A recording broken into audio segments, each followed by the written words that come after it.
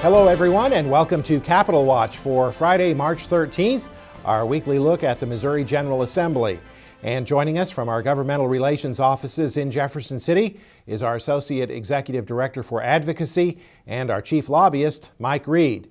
And Mike, one of the major developments this past week was the passage of the state budget by the Missouri House and its impact on funding for education. Tell us about that. Yes, the House passed the budget this week. It was earlier than usual. There's approximately $74 million more in state funding for the foundation formula. It isn't still fully funded, but we appreciate the $74 million. And with that amount of money in the budget, we should be okay with the proration question that happened last year. If you remember, there was a piece of legislation that passed that said if the foundation formula is not fully funded, then the payment will not be prorated. It will go first for hold harmless districts to get their full amount, and then everyone else to be prorated.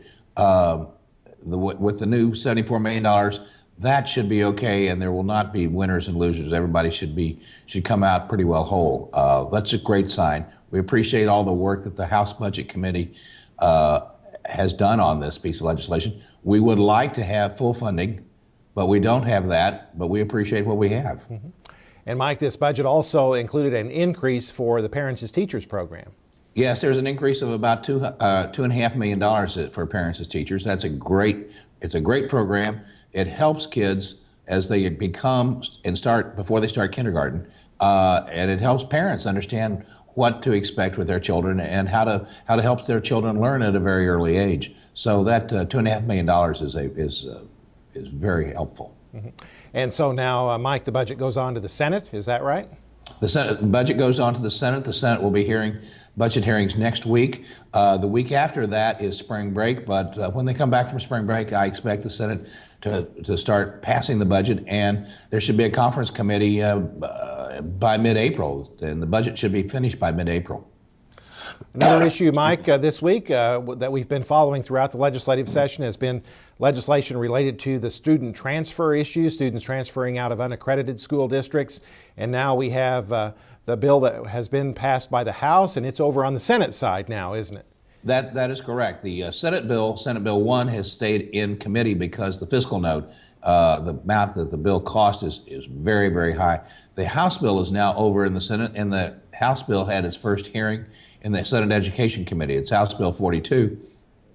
I expect that bill to be worked on by the Senate Education Committee next week and perhaps amended, and then onto the floor the week after they come back from spring break. There's a lot of work to be done. We like House Bill 42.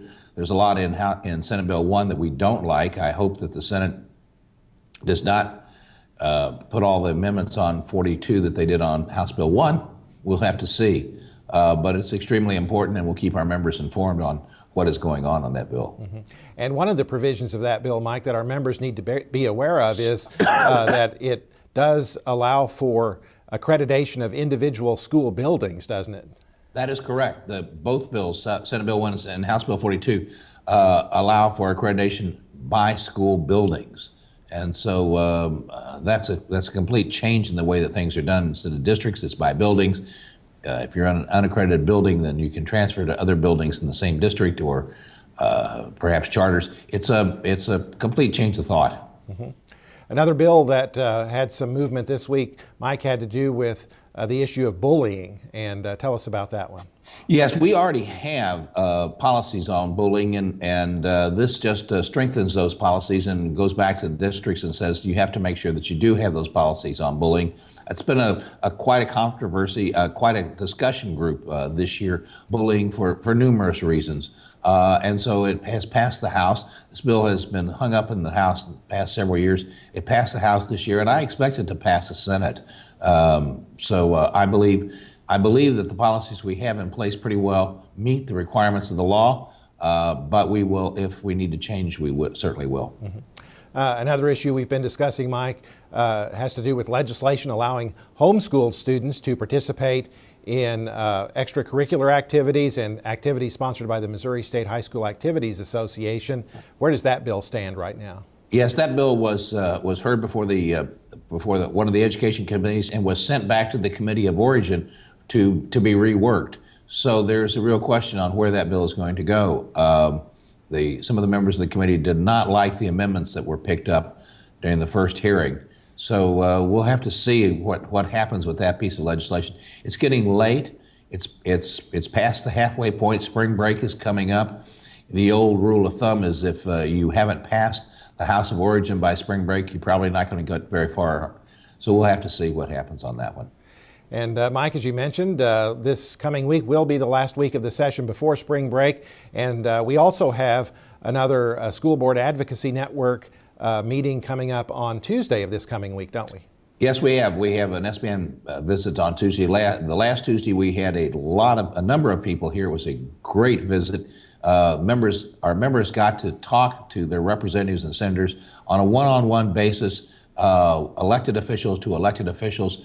Often I am told that we are one of the few groups that they really listen to because, in fact, our members are elected. They have to go back and talk to the same constituency as the reps and senators do. They all represent the same people. They all stand for election. And so it's a one-on-one conversation. And it's very important to let our representatives and senators know how their actions affect the people at home. So we really appreciate our members coming to the SBAN visits. If you haven't decided to come, please look at the rest of the schedule. Come if you can't come when your region is coming, come on a Tuesday that you can. We would love to have anyone here and we can discuss what's going on in Jefferson City. All right, Mike Reed, as always, thanks a lot for your update on legislation as we are now past the halfway point in the session of the Missouri General Assembly. We appreciate it very much. And we'll be keeping you up to date, of course, throughout the remainder of the session through our Legislative Voice newsletter that you receive in your emails on Friday, our daily updates on our website, and our critical issue alerts as necessary. So thanks a lot for watching this edition of MSBA's Capitol Watch.